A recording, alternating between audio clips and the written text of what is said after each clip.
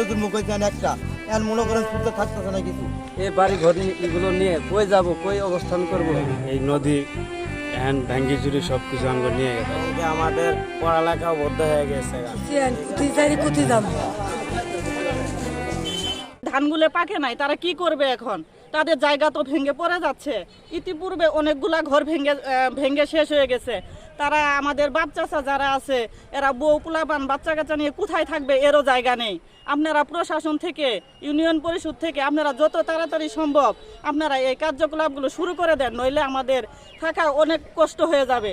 আমি তো বারবার মনে হচ্ছে যে আমার বাপ চাচা ভাই যারা আছে ওরা কোন সময় জানি কি স্টপ করে ফেলে, তাদের চোখের কান্না আমার সহ্য হচ্ছে না।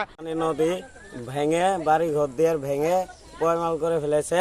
এখনকার আমাদের সরকার থেকে কিছু সাহায্য দিতেছে না এবং কি আমাদের পড়ালেখাও বদ্ধ হয়ে গেছে।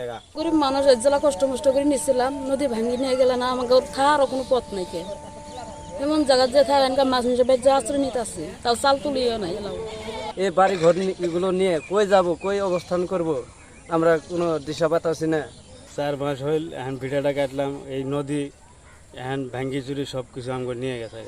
আমরা কোনো সরকারি সহযোগিতাও পাই নাই এবং কি উপজেলা থেকে কোনো প্রশাসন এবং কি পুলিশ সেনাবাহিনী কেউ এসে আমার কোনো রক্ষা করে নাই।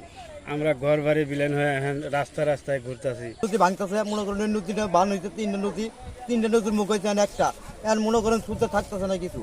যা আছে সব ভেঙে চুরে গেছে জায়গা। এখন সরকারের কাছে আমরা সাহায্য চাই। ঘর বাড়ি ভেঙছে, বাড়ি থুচি কুতি যাম।